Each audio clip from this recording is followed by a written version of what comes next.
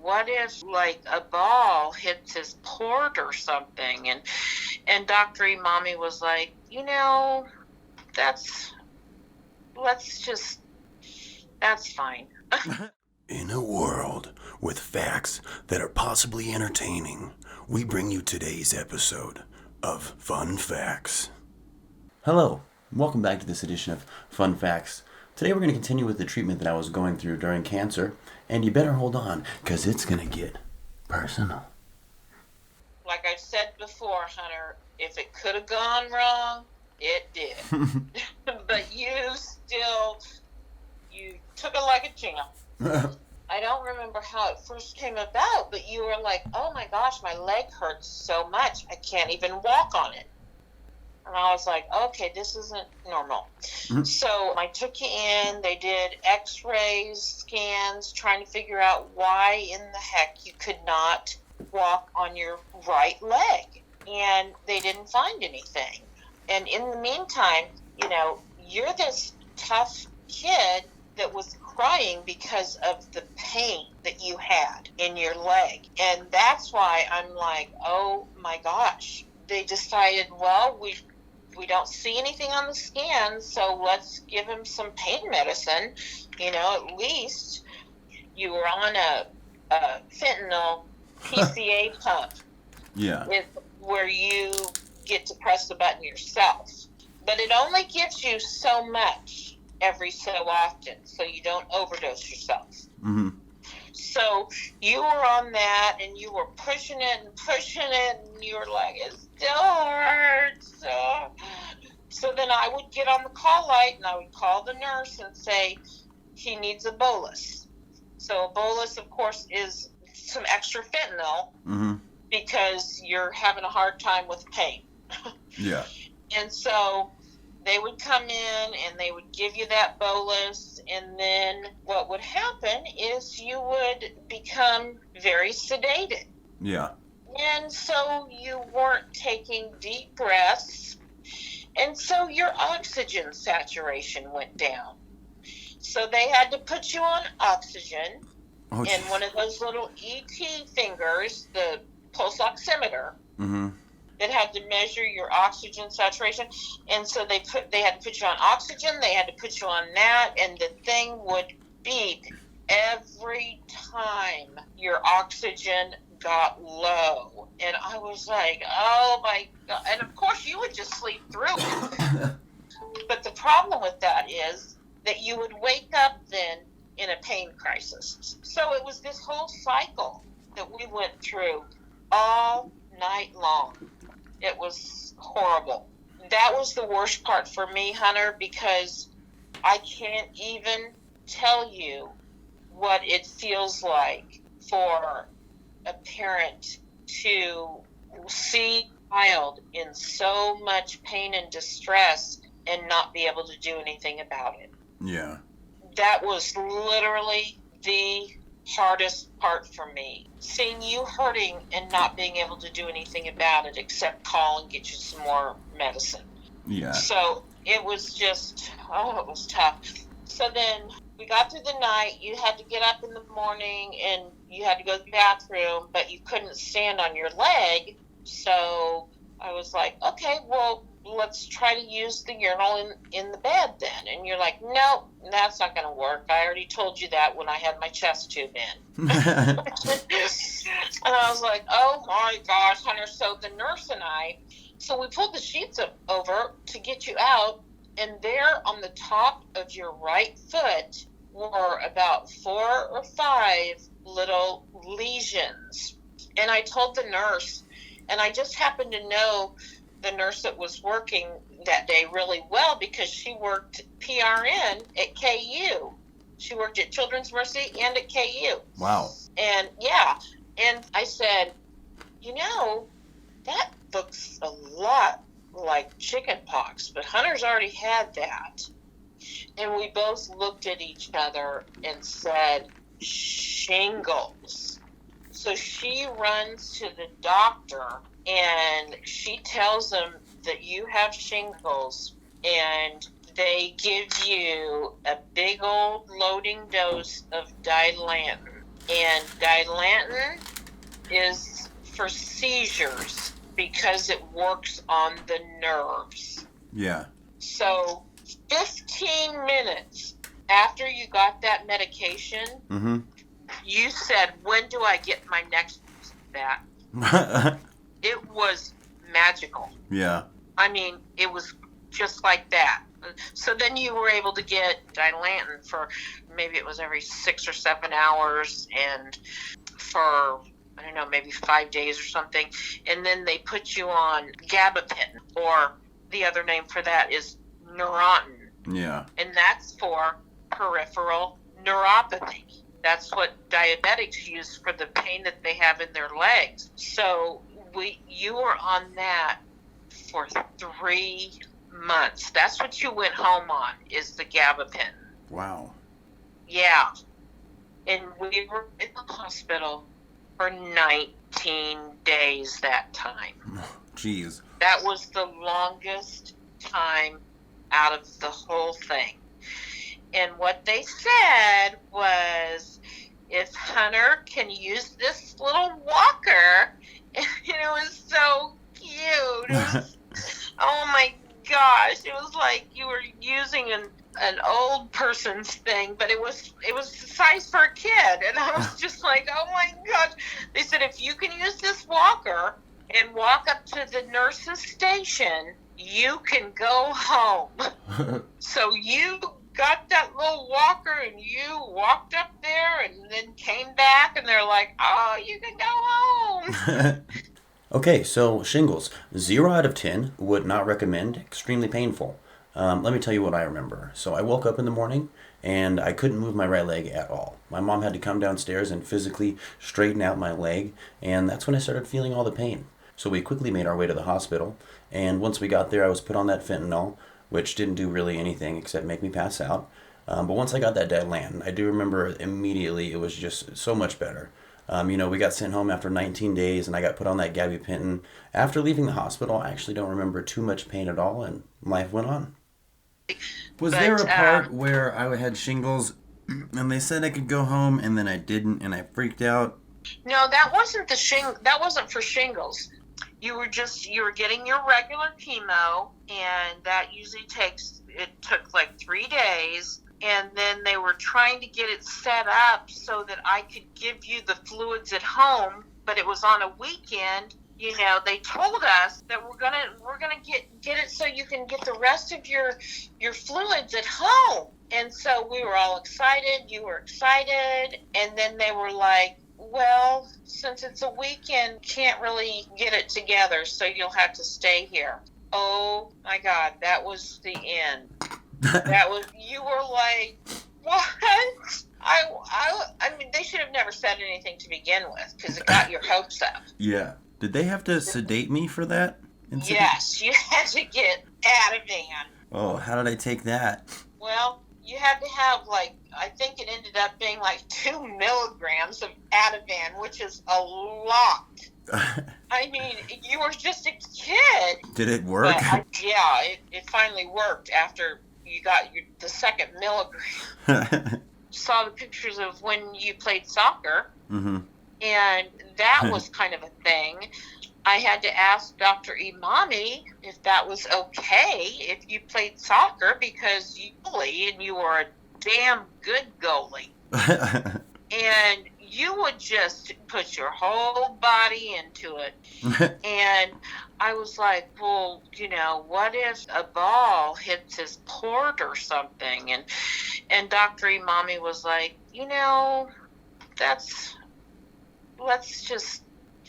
that's fine. That's okay. He was like, you can only do so much, and we want Hunter to be a regular kid. All right, well, if you didn't think it was personal before, this is when it becomes personal. If you're not comfortable with the words testicles or scrotum, I suggest you pause and or leave the video now. So, get ready. You had taken your last and final pills, and chemo pills, and it was about 3 weeks after that. You came to me one evening and you said, Mom, one of my testicles is bigger than the other. And I was like, how much bigger do you mean? Because, it's normal for testicles to be one to be bigger than the other. And you said to me, it's a lot bigger. Mm. But I knew when you said that, I knew what happened. I just didn't say it to you. And the next day, what I did was I called the office and talked to Rachel, the clinical nurse specialist, that we worked with.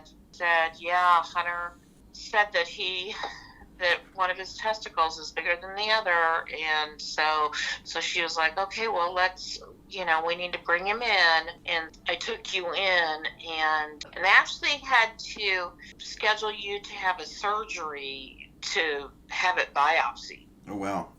Yeah, that you had to be out for that.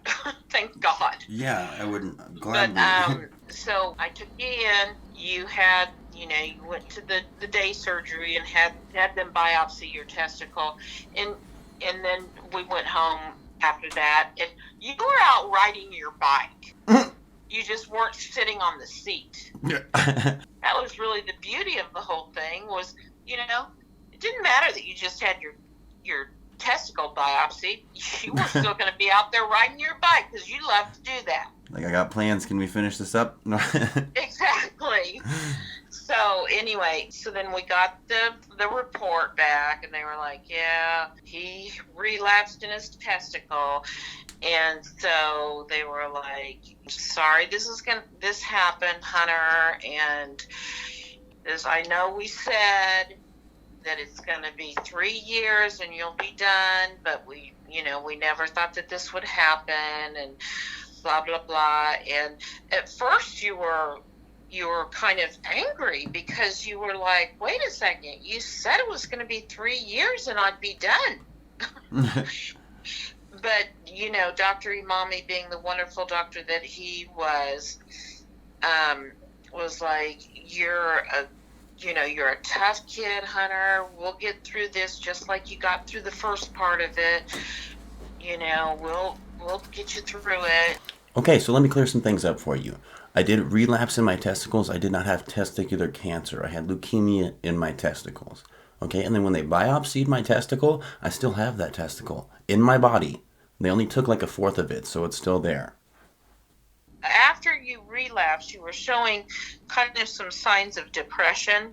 Oh, wow. Yeah, we're like, what? We have to go through more of this? Kind of like, you told me we were going to be done, but now you're saying I have to do more. Like, we had a deal. So we tried several different medications. So we went through like 3 different antidepressants, and really none of them, we didn't get any of them to work for you, because with medications like that, you really have to give it about 2 months to see whether it works or not. Mm-hmm. So this whole process of trying to see what works for you took about like 6 or 8 months, and then by that time you were fine with it. So we were like, okay, look, I don't think he needs anything at this point in time. So okay, so now we're going to continue on with the treatment that I had to go through for my testicular relapse. So let's just keep that ball rolling. So then we started radiation first. Oh, I remember radiation. Yeah, so you had to have radiation in both testicles and your scrotum. And so they had this lotion gel stuff you could use during radiation, because you're not supposed to have any lotions or creams or anything like that unless they gave us the okay. Yeah. And so we used that during it. And so everything seemed to be going just fine. And you finished up, and I think it was 4 weeks of radiation, Monday through Friday. Every day? And, yep, every day. And I remember it was during Christmas time, and the gals at the radiation place gave you a Christmas present, let you pick out a Christmas present, I guess. Oh. I know. They were so nice to you. I mean, they just, oh my gosh, so good at their job. Dr. Massey was your radiation oncologist, who I've run into her on several different occasions since that time. But she was wonderful. She was really, really good. And so we got through that part, and then you were ready to start your relapse chemotherapy. Immediately, you got what they call radiation recall. What's that?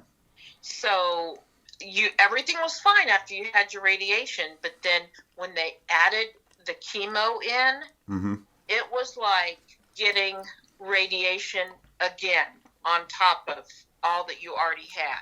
And it burned your scrotum up. Wow. Literally, Hunter.